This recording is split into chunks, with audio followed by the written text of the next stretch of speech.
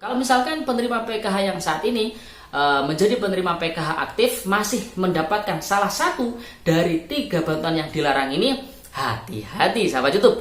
Kalau sudah datanya dipadankan, takutnya nanti malah tidak cair semua.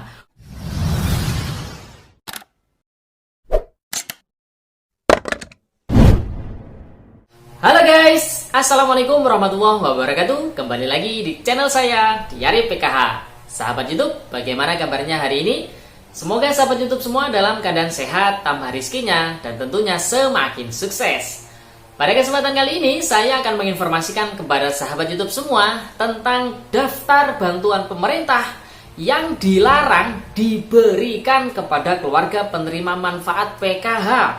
Apakah bantuan BLT UMKM 2,4 juta rupiah juga termasuk bantuan yang dilarang diberikan kepada keluarga penerima manfaat PKH? Daripada penasaran, simak terus videonya. Jangan di skip supaya tidak menimbulkan gagal paham. Bagi yang baru gabung dan baru kenal dengan channel Diari PKH, saya ucapkan selamat datang dan terima kasih banyak. Saya mohon bantuannya kepada sahabat YouTube semua untuk terus mendukung channel Diari PKH dengan cara like, share, komen, dan tentunya silakan di subscribe channelnya, aktifkan notifikasi loncengnya, supaya sahabat YouTube semua mendapatkan pemberitahuan di video-video saya yang terbaru. Dan silakan di share ke grup-grup media sosial sahabat YouTube semua apabila video kali ini bermanfaat. Oke sahabat YouTube, langsung saja saya akan lanjutkan informasinya tentang daftar bantuan pemerintah yang dilarang diberikan kepada keluarga penerima manfaat PKH, sahabat YouTube. Artinya penerima PKH dilarang mendapatkan bantuan ini, sahabat YouTube. Kira-kira apa saja ya bantuannya?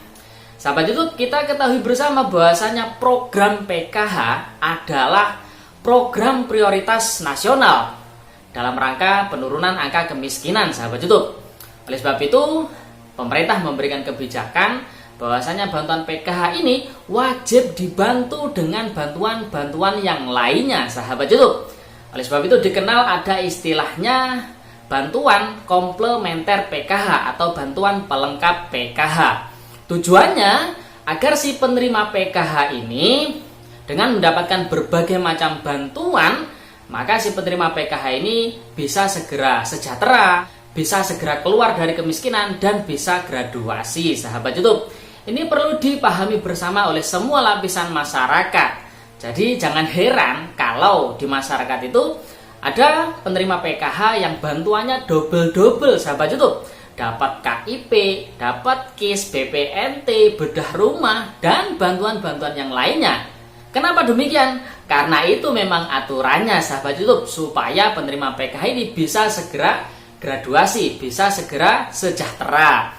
Namun ini juga menjadi perhatian khusus bagi keluarga penerima manfaat PKH itu sendiri. Jangan sampai dengan banyaknya bantuan yang ia dapatkan, ia justru santai-santai saja.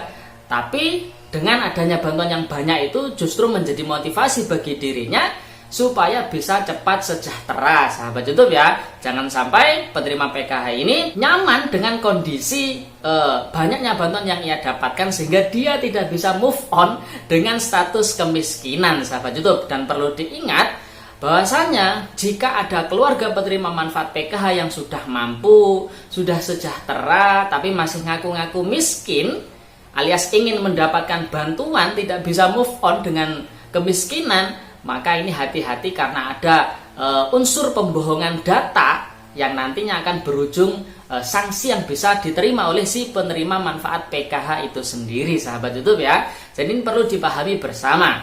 Dan sebelum kita mengetahui bantuan apa saja yang dilarang oleh pemerintah untuk diberikan kepada keluarga penerima manfaat PKH, alangkah baiknya kita juga mengetahui bantuan komplementer atau bantuan pelengkap PKH itu apa saja sih? Oke, yang pertama ada namanya bantuan BPNT, sahabat YouTube, bantuan pangan non tunai. Kita sudah ketahui bersama, bantuannya berupa saldo e-wallet Rp200.000 yang wajib dibelanjakan berupa sembako oleh penerima manfaat kepada e-warung ataupun penyalur yang lainnya, sahabat YouTube ya. Jadi perlu diingat, kalau dari pemerintah ke keluarga penerima manfaat itu bantuan, sahabat YouTube. Tapi kalau keluarga penerima manfaat ke e-warung itu sifatnya beli. membelanjakan. Jadi perlu diingat ada pepatah atau peribahasa pembeli itu adalah raja, sahabat YouTube ya. Jadi jangan sampai pembeli itu diatur sama yang penjualnya, jangan sampai ya sahabat YouTube. Oke, kemudian bantuan komplementer yang kedua ada namanya KIP, Kartu Indonesia Pintar. Jadi KIP ini adalah sebagai alat transaksi untuk menyalurkan bantuan PIP atau Program Indonesia Pintar. Bagi keluarga penerima manfaat PKH yang anaknya masih belum mendapatkan bantuan PIP, maka bisa mengusulkan dengan membawa kartu KKS merah putihnya beserta nomor PKH-nya, nomor peserta PKH ke sekolah masing-masing untuk dimasukkan ke aplikasi Dapodik yang nantinya akan diusulkan ke Kementerian Pendidikan. Nanti Kementerian Pendidikan akan memberikan SK per tahunnya 1 kali, sahabat YouTube ya. Jadi diingat, KIP atau PIP itu ngusulkannya 1 tahun sekali. Jadi nanti gara-gara sudah pernah dapat 1 kali, tahun pelajaran berikutnya tidak mengusulkan, ya tidak dapat, sahabat YouTube ya. Jadi harus mengusulkan tiap tahun pelajaran. Oke, kemudian bantuan komplementer yang ketiga ada namanya KIS, Kartu Indonesia Sehat, sahabat YouTube. Bagi sahabat YouTube yang belum mendapatkan Kartu Indonesia Sehat, khususnya keluarga penerima manfaat PKH bisa mengusulkan ke Dinas Sosial melalui surat pengantar dari puskesmas terdekat. Yang jelas kalau keluarga penerima manfaat PKH sudah terdaftar di data terpadu kesejahteraan sosial, sahabat YouTube ya. Nanti oleh Dinas Sosial akan diteruskan ke kantor BPJS Kesehatan di masing-masing kabupaten atau kota. Kemudian bantuan komplementer berikutnya adalah bantuan modal usaha dalam bentuk kelompok usaha bersama atau KUBE, sahabat YouTube. Jadi ada beberapa anggota PKH yang membentuk suatu kelompok usaha bersama, entah itu berupa usaha kerajinan, usaha warung, atau lain sebagainya, tapi berkelompok. Nah, nanti sama pendamping PKH-nya akan dibuatkan proposal, diajukan ke kementerian untuk mendapatkan bantuan modal usaha, sahabat YouTube ya, itu untuk KUBE. Kemudian ada lagi bantuan komplementer berupa RS Rutilahu, yaitu rehabilitasi sosial rumah tidak layak huni. Ini syaratnya minimal dalam satu wilayah itu ada 5 rumah dan maksimal sampai 15 rumah yang tidak layak huni, yang nantinya akan dibuatkan proposal, diajukan ke Dinas Sosial dan diteruskan ke Kementerian Sosial Republik Indonesia, sahabat YouTube. Kemudian ada juga bantuan komplementer berupa bantuan subsidi listrik. Ini yang saat ini masih dijalankan ya, bantuan subsidi listrik. Ini bagi keluarga penerima manfaat PKH juga bisa mendapatkan bantuan komplementer ini, tapi sesuai dengan syarat yang ditentukan oleh PLN. Misalkan untuk kWh meter 450 volt ampere itu gratis 100%, dan bagi yang 900 volt ampere itu bersubsidi 50%. Tapi kalau ada keluarga penerima manfaat PKH kWh meternya itu 900 volt ampere yang tidak subsidi ataupun yang di atas 900 volt ampere dayanya, ya tidak akan mendapatkan bantuan subsidi listrik, sahabat YouTube ya. Kemudian bantuan komplementer berikutnya adalah gas bersubsidi atau LPG subsidi, sahabat YouTube. Yang gas melon itu juga termasuk subsidi atau bantuan bagi keluarga penerima manfaat. Keluarga penerima manfaat PKH bisa menerimanya, sahabat YouTube. Dan kemudian bantuan komplementer PKH yang terakhir adalah ini yang menjadi tanda tanya, sahabat YouTube, antara ini masuk yang diperbolehkan dan juga masuk yang dilarang, yaitu bantuan BLT UMKM 2,4 juta rupiah, sahabat YouTube, yang kemarin pada tahun 2020 lagi ramai diperbincangkan ya, sahabat YouTube, atau yang disebut dengan Banpres UMKM atau BPUM, sahabat YouTube. Banyak sekali daerah-daerah yang memperbolehkan penerima PKH untuk mendaftar, bahkan tanpa perlu mendaftar pun didaftarkan sama pihak pengusul, sahabat YouTube. Misalnya di pihak PNM Mekar itu penerima PKH tidak perlu mendaftar, namun sudah didaftarkan oleh pihak Mekarnya. Kemudian namun ada juga daerah yang melarang, sahabat YouTube, sehingga banyak dari keluarga penerima manfaat PKH ini yang tidak bisa mengakses ataupun mendapatkan bantuan BLT UMKM 2,4 juta rupiah ini. Jadi dari Kementerian Sosial Republik Indonesia memang tidak ada larangan ataupun anjuran bahwasanya penerima PKH boleh ataupun tidak boleh mendapatkan BLT UMKM. Ya, semoga saja di tahun 2021 ini ada kejelasan surat resmi yang mengatakan misalkan penerima PKH boleh ataupun tidak boleh mengakses ataupun mendaftar BLT UMKM 2,4 juta rupiah ini, sahabat YouTube ya. Oke sahabat YouTube, jadi kurang lebih ada 8 bantuan komplementer PKH. Ada BPNT, KIP, KIS, kemudian RS Roti Lahu, kemudian bantuan UMKM berupa bentuk kube ya, kemudian subsidi listrik, gas melon, dan yang terakhir adalah BLT UMKM 2,4 juta rupiah, sahabat YouTube. Dan sekarang bantuan yang masuk ya, yang dilarang oleh pemerintah untuk diberikan kepada keluarga penerima manfaat PKH, alias penerima PKH ini tidak boleh mengakses bantuan ini, sahabat YouTube. Apa saja? Bantuannya ada 3, sahabat YouTube.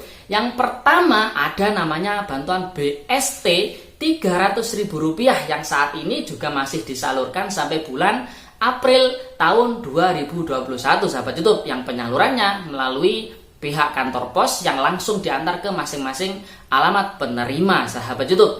Jadi bantuan BST ini memang tidak diperbolehkan penerima PKH maupun penerima BPNT untuk mendapatkan bantuan BST Rp300.000 ini, sahabat YouTube. Kalau misalkan ada, wah ini warning, hati-hati. Nanti kalau sudah datanya dipadankan antara penerima PKH dengan penerima BST, nanti jangan-jangan malah tidak cair semua, sahabat YouTube ya. Kemudian bantuan yang dilarang lagi diberikan kepada penerima PKH adalah yang kedua, yaitu bantuan kartu prakerja, sahabat YouTube. Nah, bantuan kartu prakerja ini Menko Perekonomian yaitu Bapak Erlangga Hertanto, beliau mengatakan bahwasanya penerima bansos PKH itu tidak boleh mendaftar bantuan kartu prakerja. Namun beliau juga masih memberikan peluang anak bagi penerima bantuan PKH masih boleh mendaftar. Jadi kalau misalkan ibunya atau ayahnya mendapatkan PKH, ayahnya sama ibunya tidak boleh, tapi anaknya masih boleh.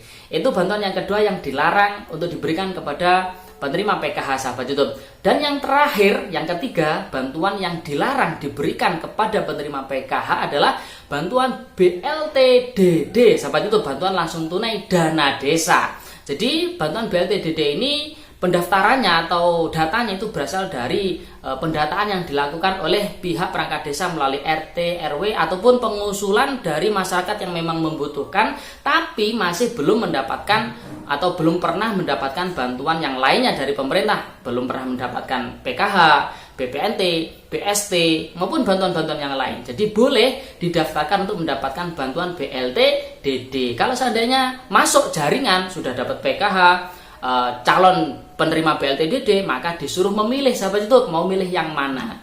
Oke sahabat YouTube, itu saja informasinya pada video kali ini. Semoga video kali ini bermanfaat dan diingat ya sahabat YouTube, ada 3 bantuan yang dilarang diberikan kepada penerima PKH. Pertama BST 300.000, kemudian kartu prakerja, dan juga bantuan BLTDD, sahabat YouTube. Kalau misalkan penerima PKH yang saat ini menjadi penerima PKH aktif masih mendapatkan salah satu dari 3 bantuan yang dilarang ini, hati-hati sahabat YouTube. Kalau sudah datanya dipadankan, takutnya nanti malah tidak cair semua. Oke sahabat YouTube, itu saja. Semoga videonya bermanfaat. Sebelum meninggalkan video kali ini, saya mohon bantuannya kepada sahabat YouTube semua untuk terus mendukung channel Diari PKH dengan cara like, share, komen, dan tentunya silakan di subscribe channelnya, aktifkan notifikasi loncengnya. Oke sahabat YouTube, sekian. Salam PKH. Wassalamualaikum warahmatullahi wabarakatuh.